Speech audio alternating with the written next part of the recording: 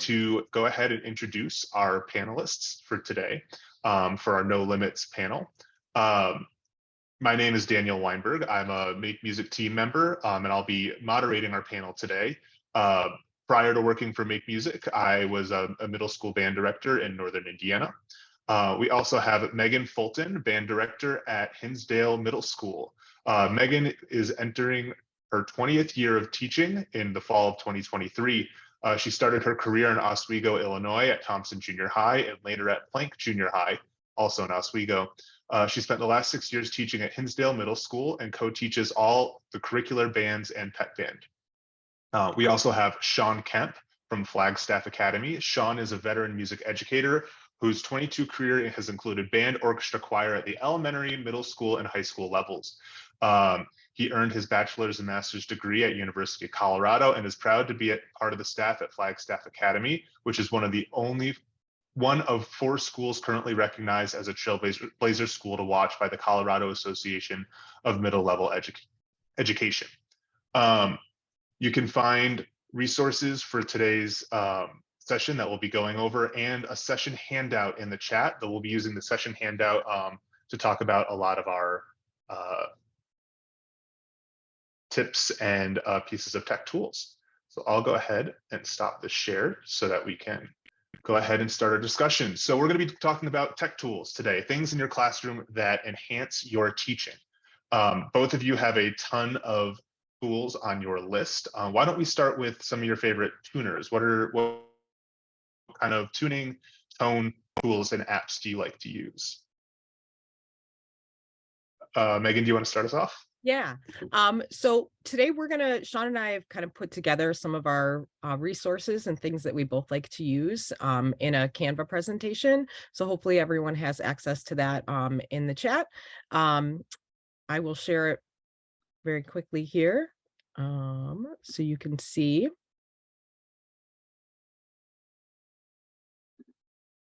Should be shared. We're going to work our way through this presentation, and Sean's going to talk about tonal energy in just a minute, but I'm going to give you a brief overview of the Korg Cortosia app. It's a good sound tuner. So one of the really neat things about this app is that it gives students the opportunity to see what kind of sound they're making. So it evaluates single tones. So this would be, you could use this in a large group, but I'd suggest using it more in a small group setting or with individuals because it can only evaluate one tone at a time.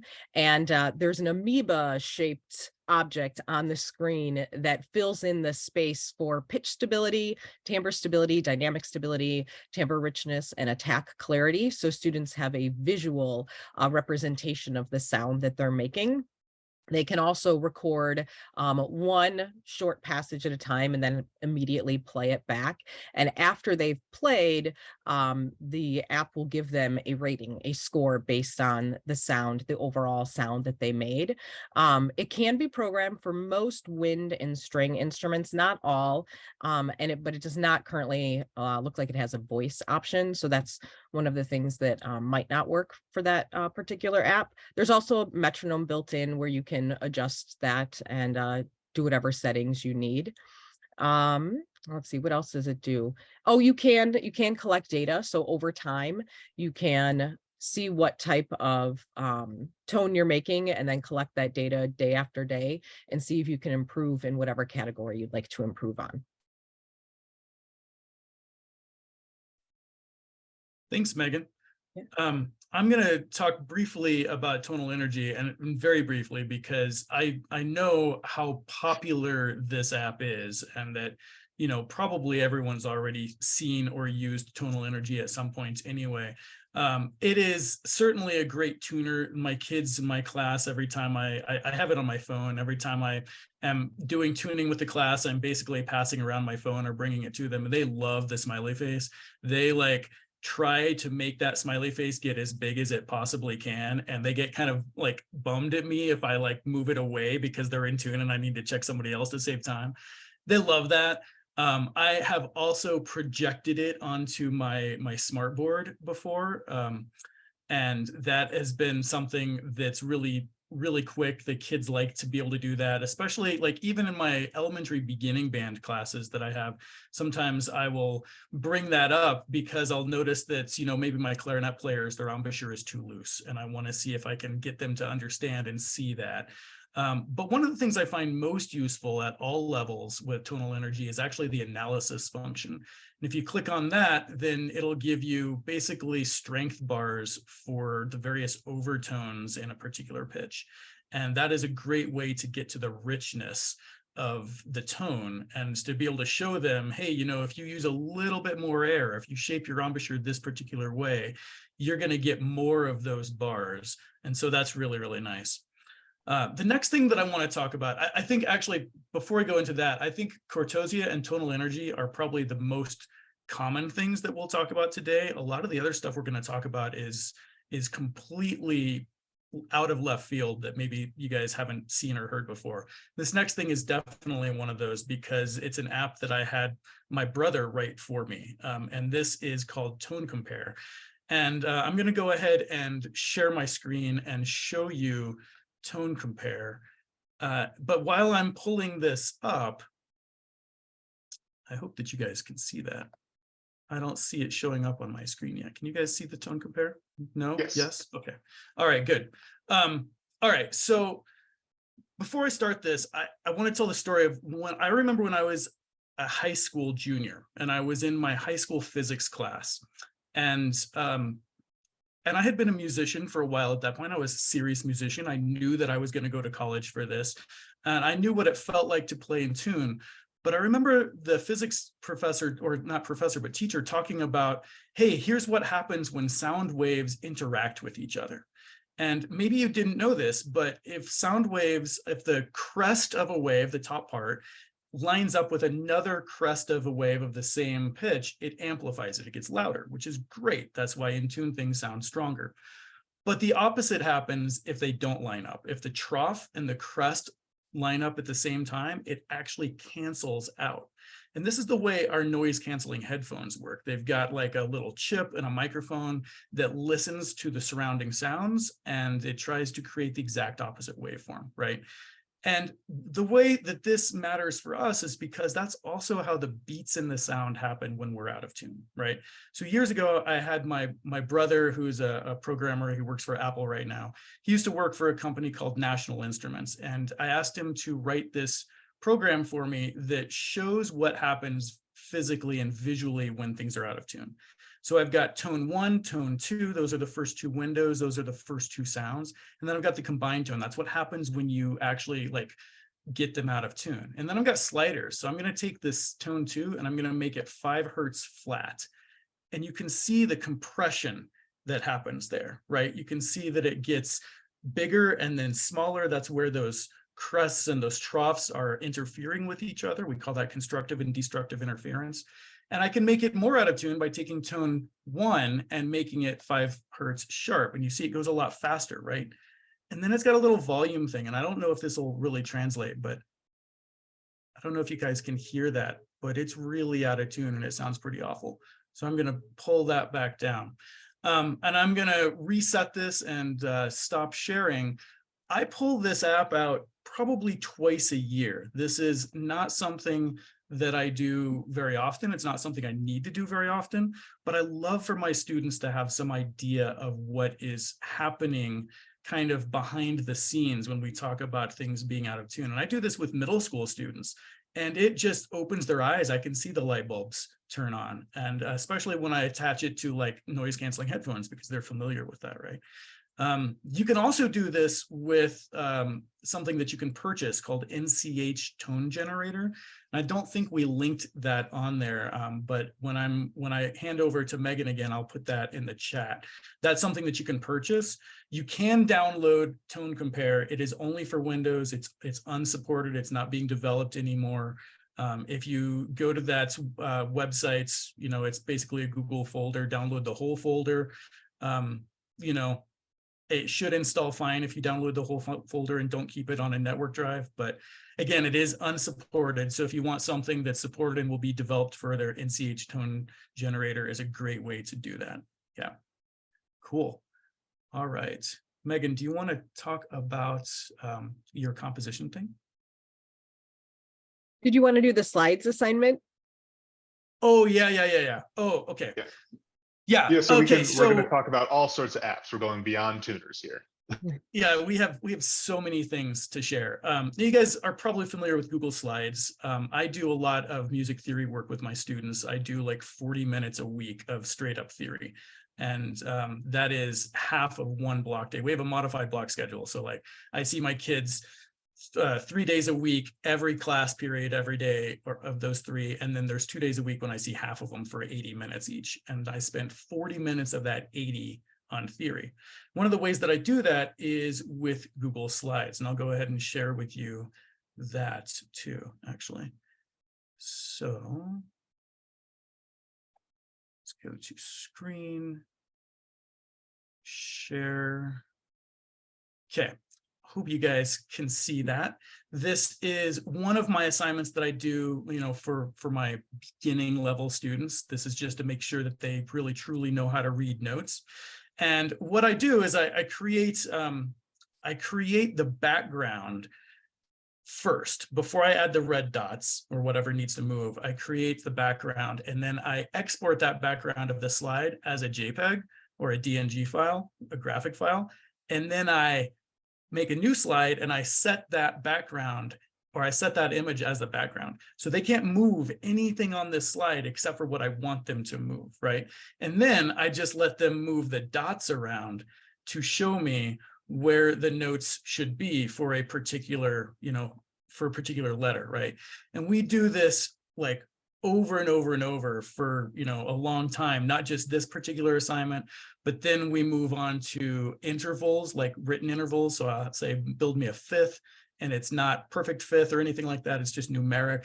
And then I'll go to, let's create chords. Here's how you create chords. And in this case, the red dots are the roots of the chords. And then the blue dots are what they're going to do to add the thirds and the fifths. We, introduce numeric intervals before that, so it's easy for them.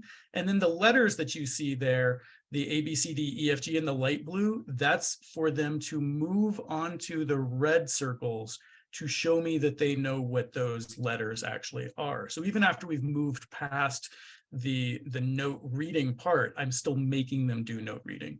And then we get to chord analysis. And again, this is with middle school students. And that seems insane, I know, but like it does work. This is, maybe 3 months of work that we do to get to this point, and they can all do it. And then I'm asking them to build chords and then move the Roman numerals around. Now, if that seems insane to you, that's okay. It seems insane to a lot of people. But I have this whole differentiated curriculum that I use, where all the introduction stuff for this is like by videos that I've pre-recorded, and then the kids can all be working on different things in the classroom simultaneously. They are one-to-one Chromebooks, and I can kind of flit around and help people that need help with that without having to teach 3 or 4 different lessons at the same time, depending on how many groups I have in my classroom.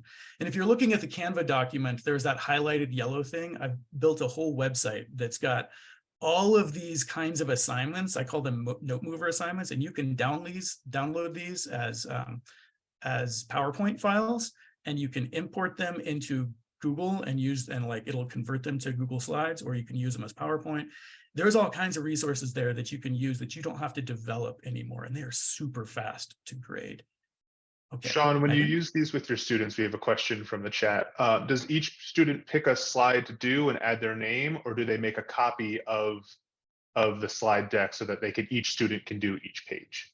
That's a fantastic question. I actually have these all in Google Drive, and we use Google Classroom as our LMS. And I can create an assignment for them, and it just creates a copy of the whole slide deck for every student. And so every student's doing every one of the slides independently, and then I grade them later. But I'm glad you mentioned that, because I have a Google Classroom for each of the theory groups. Remember, I said they're differentiated. So like I've got a green group, which is the basic level. I've got green, turquoise, yellow, blue, red, black. I've got 6 groups right now. all kinds of working on different things depending on what the students are ready for, not just limited to what my whole class would do at the same time. So yeah, they just join their theory group, and there might be choir kids in green group, there might be, you know, intermediate band kids in green group, there might be I don't know, beginning band students in green group, and there might be, you know, different groups across a whole bunch of other classes too. So that's a great way to do it.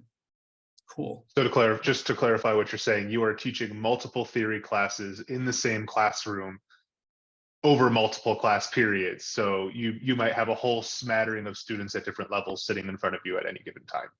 That's exactly right. Yeah, totally differentiated.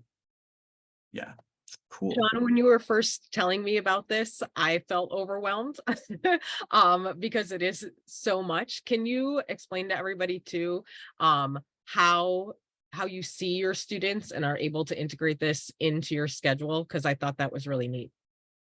Yeah, so like I said earlier, I have we have a modified block schedule. I have 3 classes a week. So Monday and Tuesday are every class. We have 8 class periods. And then Wednesday and Thursday are block days. So I have like my odd number classes on Wednesday and then my even number classes on Thursday. And those are 80-minute classes.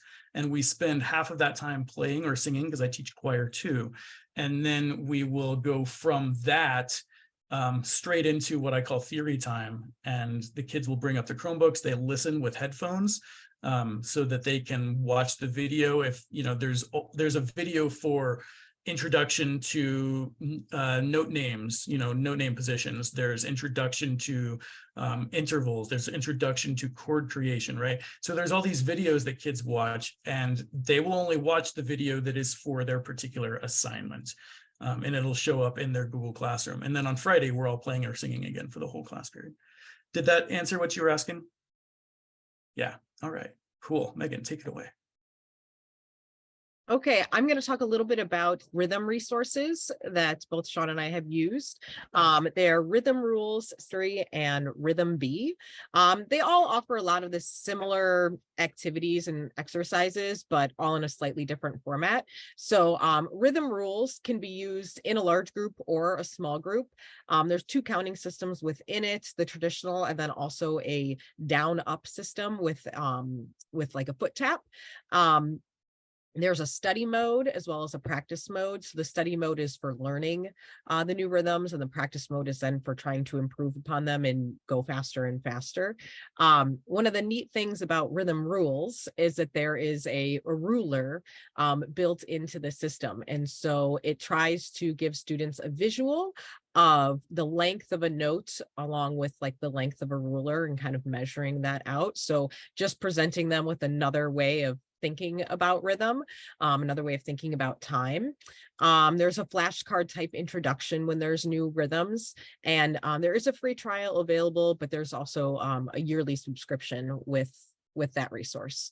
Another one is Rhythm B. Now, it's been a few years since I've used this one, but it's also available for small or large group. And I think it was first made to be used in a large group setting. And so rhythms are introduced progressively more difficult. And there is an interesting foot tap component that goes along with it, where you actually see a shoe on the screen tapping along with the rhythms. And there's arrows moving along with the rhythms as well. So just like in MakeMusic, how you've got the cursor kind of showing you where you are in the music, this arrow helps along as well. And that's one of those tools that we know helps students when they're trying to learn to read. You know, they're not just, one of the things they struggle with is not necessarily knowing what's on the screen, but keeping up or knowing where they are, tracking their eyes, tracking what they're playing. So that arrow is really a helpful component to that Rhythm B. And it's meant to be used for 5 minutes each day, just like as a little, you know, part of your warm-up routine. But those are 3 different rhythm reading resources that all have some good tools within them. And a quick question from our chat: Has RhythmB updated their interface? I used to use it, and it looked old school using 16-bit graphics. From Brian.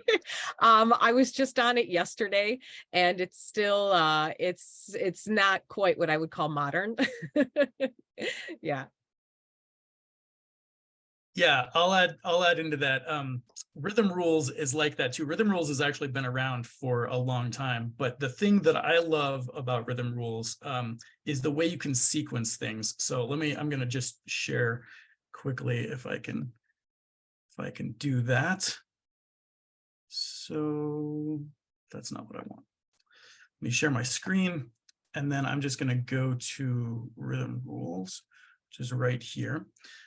So the thing that I love about Rhythm Rules is that I can show this slide to my class, for example, and I can have them, after introducing how to count early on, I can have them look at this stuff, especially new slides, and I can look at the whole class and say, all right, figure this out in your head. Give me a thumbs up when you understand how this would go, right? When you think you know what the counts would be, give me a thumbs up, and I'll wait. And I'll just give them a little bit of time. I'll wait until all the thumbs are up, and then I'll say, okay, check yourself, see if you're right. And then you can click on it, and it pulls up this ruler, and the kids can self-check without the pressure of having to think that, oh, someone is going to judge me if I say it wrong, or if I come, draw on the board. It gives everybody a chance to kind of figure that out on their own. So I think Rhythm Rules, like, to me, that sequence is the most useful part. You see the ties that are there too. This is also useful whenever it introduces something like an 8th notes to 16th note pattern. It's always going to start it with the ties first, so the kids can conceptualize it that way, and then it replaces it with the 8th notes for the next slide, which I like. Cool. Great. Yep. Do we have any other favorite apps that you wanted to go over? Well, we have Google Forms, which is awesome. Megan, did you want to say something? I saw you about to. Sure. I was just going to mention Google Forms, but go ahead. All right. Google Forms, the way that I use this, actually, there's a couple of ways. I was talking about my composition curriculum earlier. One of the things that I do at the beginning of the year, especially when I have new students, when I haven't met those students before, if they've transferred in from somewhere else, is I've got a series of 3 Google Form kind of music theory pre-tests that I give them. And it starts easy, and then it moves into chords, and then it moves into like Roman numerals and stuff like that. Because, sometimes you have kids come into your program and they've had years of piano experience that you may not know about, and you don't know what they can do, right? So I use those pre-tests to help me place students in those color groups that I was talking about before. But I most commonly use Google Forms as our post-concert self-evaluation form. And this is something that we do after every concert. We kind of debrief. I use concert performances as a celebration of what we can do, but also as a springboard for, this is where you are right now, but we can be better. How can we be better? And Google Forms is a great way to create that kind of thing. And the best part is you can have that form that you just use year after year after year, and you can have those responses just kind of build up in the spreadsheet, so you can go back and look. And one of the most important things I'd ask in that is actually the last question. And it's, what would you like me to know about this concert cycle? Tell me anything you would like me to know about this concert cycle. And I get a lot of good information from the kids just from that open-ended kind of thing. Megan, you want to talk about Flip and Edpuzzle, and especially Goose Cheese? Sure. Just to add on with forms, I think we use it in a similar format that a lot of people do: concert self-evaluation, reflections. Also, at the beginning of the year, we do forms for students and parents to fill out. Tell us how does your child learn? Are they a visual learner? Are they oral kinesthetic learner? Is there anything in particular that motivates your child? It's fun to see the answers and the responses that parents give there. But I mean, I think like a lot of people use them, but our district is also one that uses the Danielson model for evaluations. So we do common assessments. And one of the easy ways for us to do a common assessment with our students is through Google Forms, and doing note name, symbol, basically music literacy quizzes, and that way we can gather that data very easily and have that for our Danielson component with our evaluations. But yes, Flip formerly was called Flipgrid. Flip we used quite a bit during asynchronous learning and had students do recordings of themselves at home. It was great because I could do a model recording and then they'd have access to that and then turn in their own recording back to us. Very simple format for doing that. Edpuzzle is great because you can have students watch a video and give responses to questions throughout the video. And one of the things I like about it is that they can't fast forward. So they don't have the option to just keep going forward until they get to the questions and answer the questions. And actually, you have to watch it. It's like those bloodborne pathogen videos that we have to watch. You can't fast forward through any of it. Same thing with the Edpuzzle. You have to watch and then give responses throughout. And you, as the teacher, set up where you want to ask questions. They can be short answer questions. They can be multiple choice questions. You've got a lot of flexibility in how you want to gather responses from students. And then the most recent one I used was Goose Chase. And actually, I was our last day of school. We had some team building exercises that we did, and I signed up to be a part of the scavenger hunt because that sounded like fun, and it was. And the teacher that set up Goose Chase, it's an app, and you create missions for people to do. So the woman that set this up, there's preloaded missions that she had just chosen to use.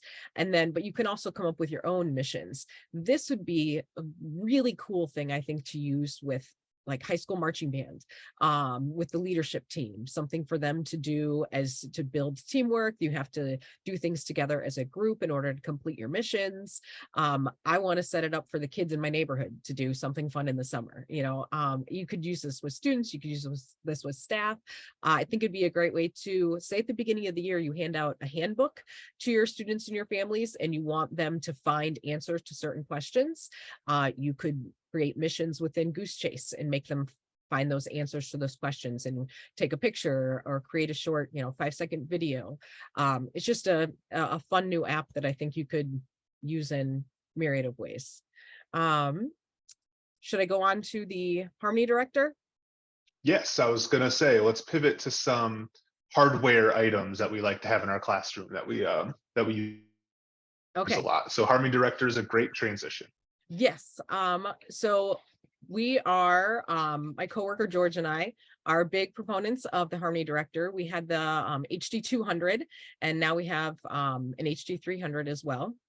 So in our large ensemble rehearsal room, we have the HD 300. In one of our practice spaces, we have the HD 200. I'd say the big major difference between the two is that with the HD 300, you can record and then do an instant playback, which is a super helpful tool to have rather than setting up microphones and going through all of those hoops. It's super easy to just record and play things back for students immediately. And I think the way that students respond to hearing themselves is an excellent teaching tool in and of itself.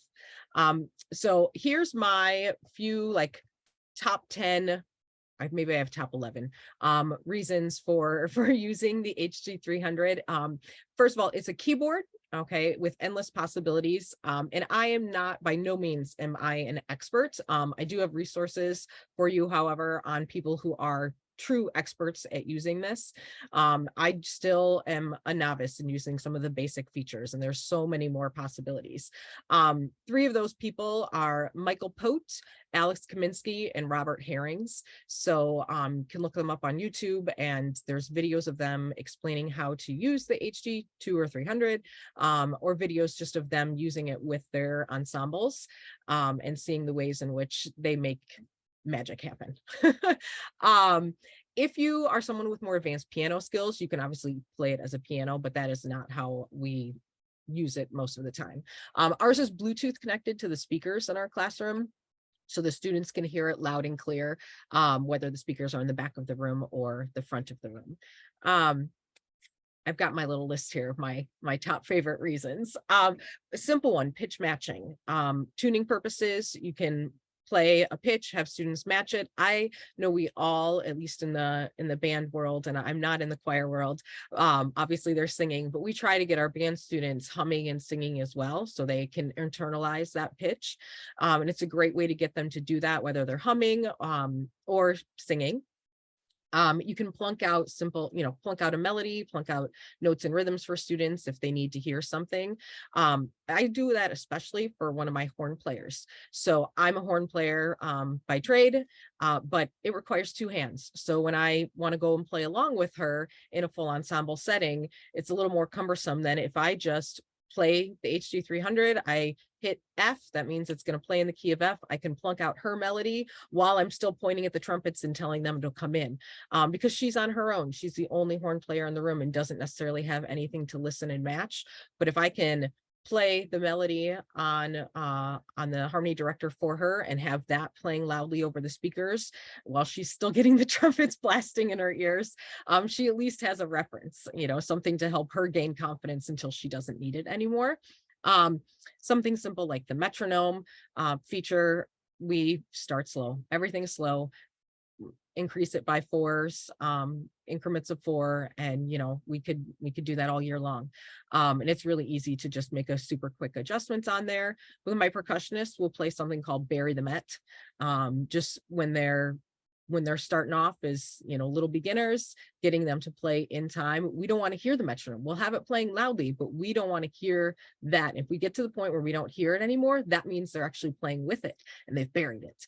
And then we can change it to, with one little button, you can change it to subdivisions. You can do eighth notes, triplets, sixteenths.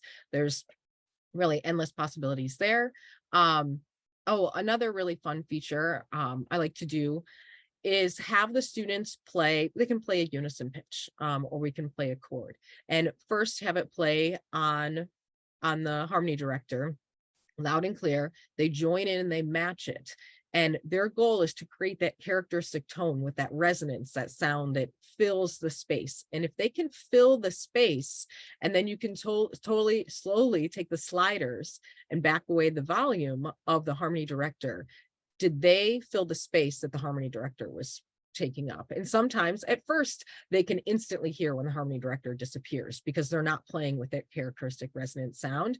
But as they get stronger and better and understand how to play with that sound, you can have the harmony director playing, they match, they join, pull it away. And sometimes you can't even tell when it gets pulled away, because at that point they figured out how to fill that space up. So they need to fill the space as the harmony director disappears. And that's really cool for them when they can't tell anymore, because they feel good about themselves. There's drone capabilities. So with one button, there's a hold button if you want to have a drone playing while you're tuning, or if you want to have a drone playing while you're playing something else, playing scales. You can do that. It can be a single pitch, or you can play chords. There's lots of options there.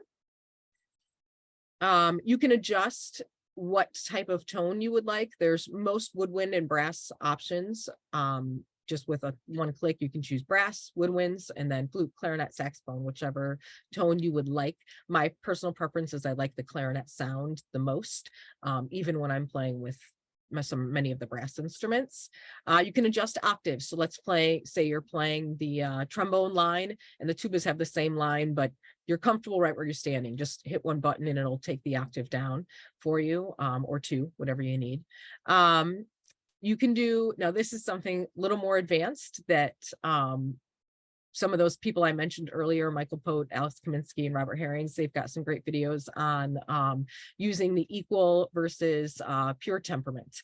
And you do have the ability to adjust sense and work on chord intonation with your students. So that's another slightly more advanced technique in getting your students to really hear the difference between those different tuning temperaments. And then again, with HD 300, you have the option to record and then immediately play back.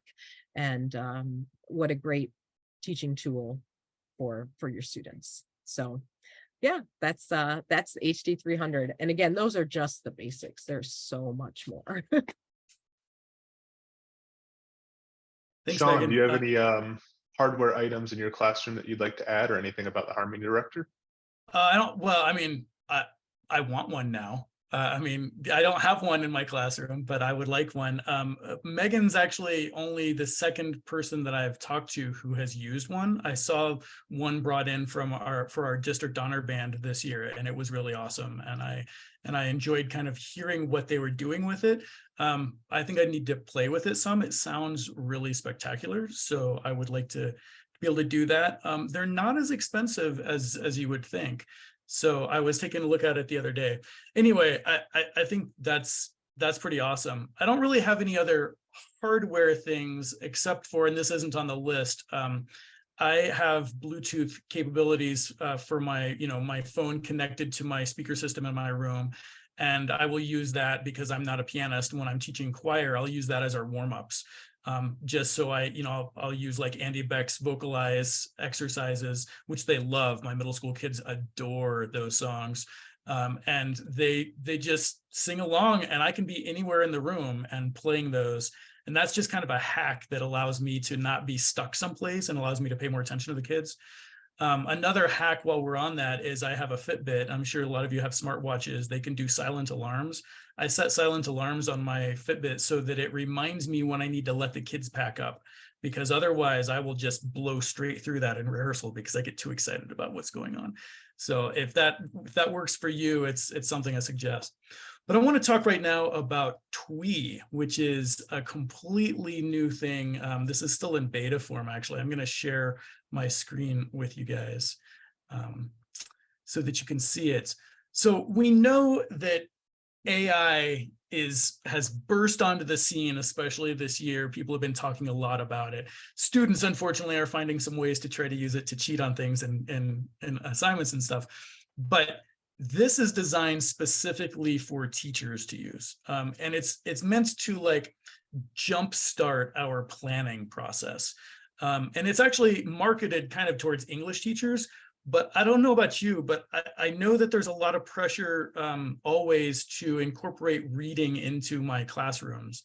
And it's hard for me to find organic ways to do that. Like I could just add reading just for the sake of reading, but I really don't want to do that. I want it to attach to something we're doing in class.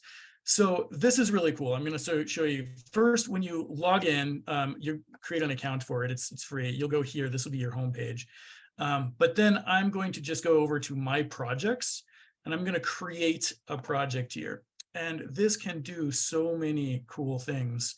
I am going to start off with, you see all these boxes here that tell you what you can do. I'm going to start off with just create a text on a certain topic, because that's kind of the easiest way to get into this.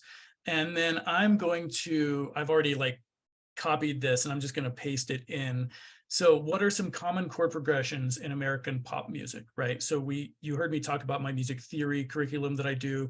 It all leads towards composition, and that's why I've got all those different groups. I actually have kids that are those top level kids. We're writing full band pieces this year in the hopes that they would, be able to contribute those to the NAFME composition competition this year. But then that competition didn't happen.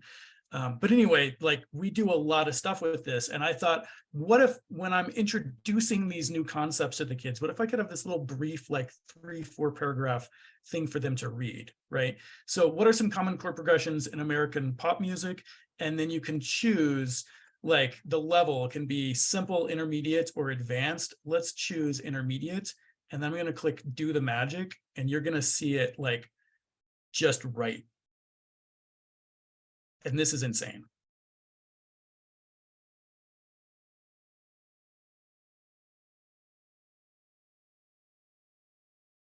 And you can literally just copy this and paste this into a document that you want them to read, and it saves a ton of time. I mean, of course, it's AI, so it's not going to be 100% right all the time. You're definitely going to want to check its work, right? You're going to want to read through it. But man, if I were to write that for one of my classes, that would have taken me probably most of a planning period, if not more, to like come up with all that kind of stuff. Maybe it wouldn't take me that. Maybe I'm slow. I don't know. But like, this is really, really a fast way to do it. And then the really cool thing is after that, you can do all these other things. You can create a, true false statements based off of it for like, if you want to make a quiz for it. Megan was asking me about this when we talked the other day. Can this, convert straight into or be transferred straight into Google Forms to make a quiz with it? I don't think it can yet, but that would be a really cool feature request. But let's do this. Let's do true false statements and then have it do it based off of this text. I'm going to select do the magic again, and it's going to just come up with the true false questions for you. And then below that, it's going to come up with the answers so that you can see and you can just copy those, and it's easy for you. Oh, I don't know what I just did there. Okay. Yeah. So this is a really cool thing that you can do. You can also do like, so let me delete this, and then I'm going to, I guess, delete the thing above it. I'm going to just go back and I'm going to do a different question. So I don't know, does anybody have a question in the chat that they would like to see what Twee does with? It's not perfect. If you ask it how to finger a note for flute, it's going to be totally wrong. Just so you know, but like there is a lot of usefulness, I think, in this. Anybody have a question for it? No? Okay. How about this? Whoops.